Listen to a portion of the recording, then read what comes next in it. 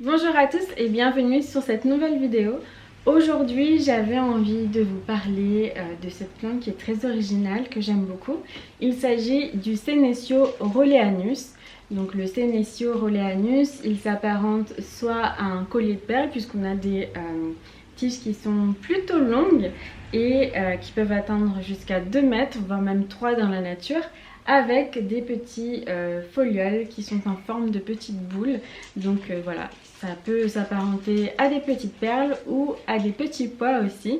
Donc voilà, c'est une plante assez rigolote qui dans un intérieur tape un petit peu dans l'œil puisqu'elle est vraiment différente des autres plantes que je peux avoir ou qu'on peut avoir de manière générale.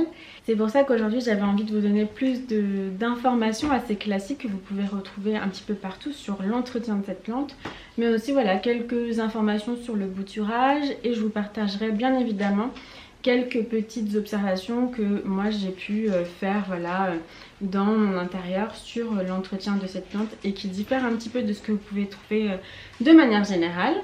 Et en toute fin de vidéo, on rempotera ce Senecio ensemble. C'est une plante qui est quand même un tout petit peu fragile, donc on essaiera d'être vigilant et de faire ça ensemble.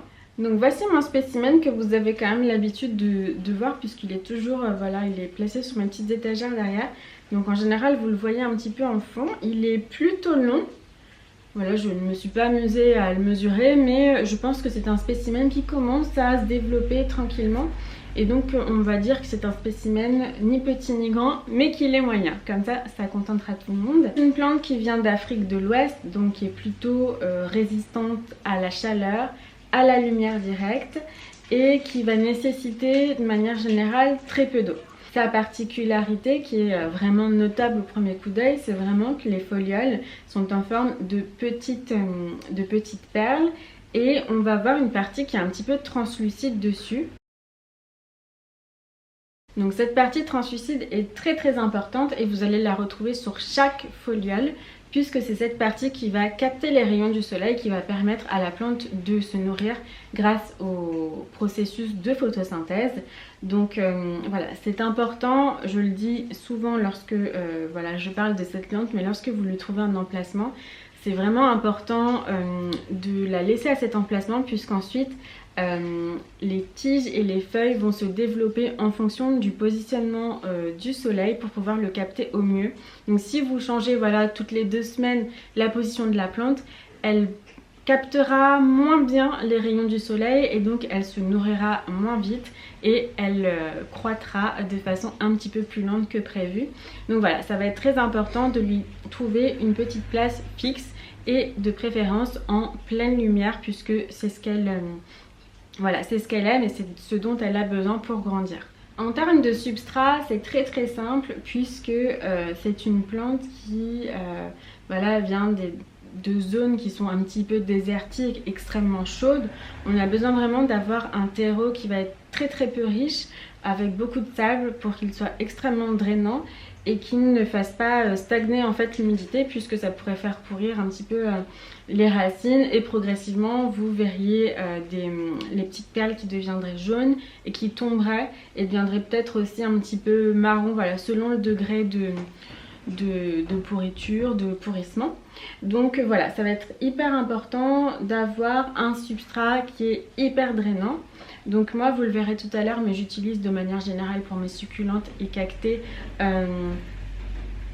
le terreau pour plantes grasses et cactées de Jungle Fever, ça convient très bien. Voilà, c'est un substrat qui est assez classique, mais en tous les cas c'est ce que je vous conseille de faire. Ces plantes là elles sont bien que fragiles parce que voilà, les petites perles peuvent se décrocher assez rapidement lorsqu'on manipule la plante. C'est aussi une plante qui est à la fois très résistante par son système racinaire puisque on peut très bien aussi imaginer mettre un terreau pour plantes vertes, mais dans ce cas là voilà, on arroserait un petit peu moins souvent. Si on fait attention, qu'on met un pot en terre cuite, ça peut tout à fait passer. Moi ma plante aujourd'hui elle est dans un pot plastique, donc ça c'est les petits pots d'ailleurs qui sont pas très pratiques et qu'on peut suspendre. Donc il y a une suspension, la partie haute que j'ai retirée, pas de trou directement en dessous mais le drainage se fait voilà, par l'espace ici. Je vous déconseille ce type de pot si vous devez ensuite changer la position de votre plante et la mettre voilà, sur une étagère posée et que vous n'avez plus besoin de la suspendre, puisque du coup les pots ont tendance à tanguer, donc c'est vraiment dangereux. C'est juste pour ça que je vous préviens, et c'est aussi la raison pour laquelle je vais la rempoter aujourd'hui.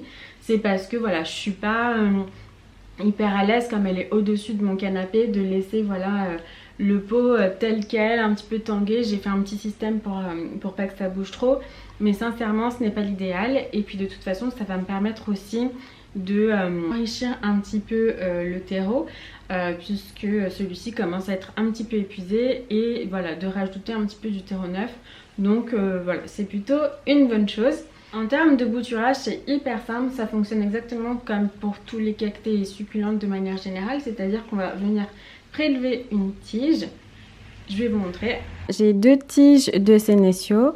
Je vais commencer avec la première. Donc par exemple, si j'ai envie de bouturer cette tige, je vais simplement au préalable la couper de la plante mère et retirer, voilà, on va dire les premiers folioles pour avoir une tige qui sera susceptible de faire en fait les racines pour que la plante voilà puisse se développer par après. Cette tige, avant de la remettre sur le terreau, je vais simplement la laisser sécher dans un endroit plutôt sec, attention à l'humidité, pendant 48 à 72 heures.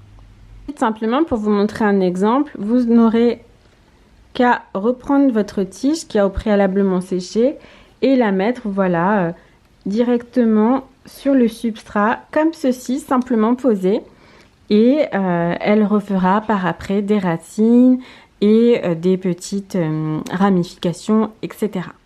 En termes de croissance, c'est une plante qui a quand même une croissance qui est relativement modérée. Selon les saisons, effectivement, elle va plus ou moins pousser. Moi, je sais que cet hiver, la mienne a plutôt bien grandi.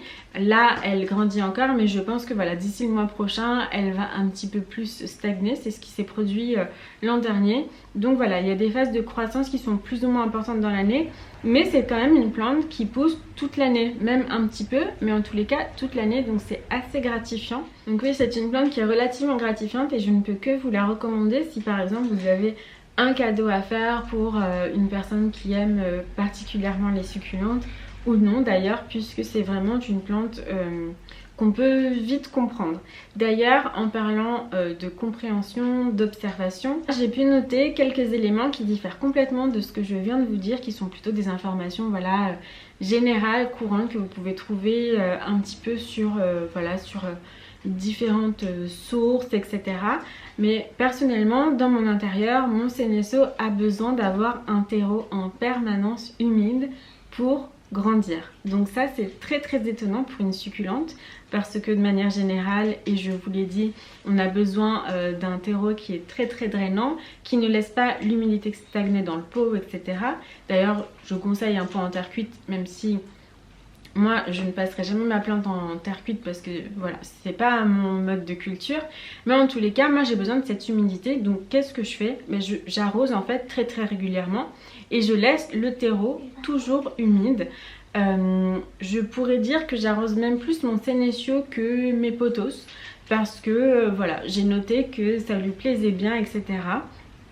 Ce qui est assez différent parce que j'ai un sénécio Rholéanus, donc que je maintiens avec cette humidité, et j'ai un autre sénécio Errheanus qui est très similaire en apparence, mais qui lui ne supporte pas l'humidité. D'ailleurs, j'ai failli le perdre il n'y a pas très très longtemps parce qu'en fait je l'entretenais comme mon Rholéanus, mais lui il a vraiment besoin de l'entretien que je vous ai cité en tout début de vidéo. Je vais prendre ma plante.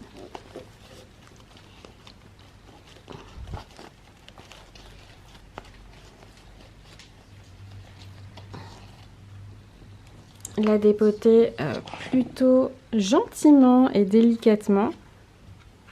Donc voilà, on constate que le système racinaire, il n'est pas forcément très développé. Les racines sont toujours relativement petites avec le sénécio. Donc je vais simplement enlever un tout petit peu de terreau. D'habitude, quand je souhaite rempoter une plante, j'essaie voilà, que le substrat soit humide, mais là j'ai fait exprès de le laisser un petit peu sécher. Du coup je craignais d'avoir plus de difficultés à le manipuler qu'autre chose en fait s'il était humide. Comme il est relativement compact, je vais le laisser ainsi. Je vais mettre des billes d'argile au fond du pot, non pas parce que je suis une férue des billes d'argile, mais j'ai un sachet que je souhaite complètement voilà, vider pour m'en débarrasser et me faire de la place, parce que voilà, je ne vois pas tellement l'intérêt des billes d'argile, à part lorsqu'il s'agit de les mettre en surface, mais ce que je ne pratique pas chez moi. Et ensuite, je vais ajouter mon mélange pour cachet dans lequel, vous le voyez, il y a du sable de rivière. Ce sont les petits points blancs que vous voyez à la caméra.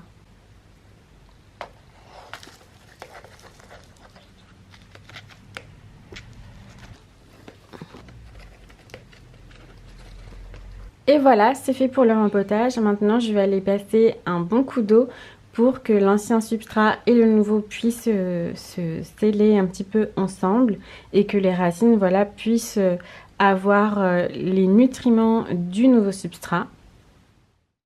J'espère que cette première fiche d'identité sur une de mes plantes vous a plu. Je vous fais plein de bisous et je vous dis à bientôt dans une nouvelle vidéo. Salut!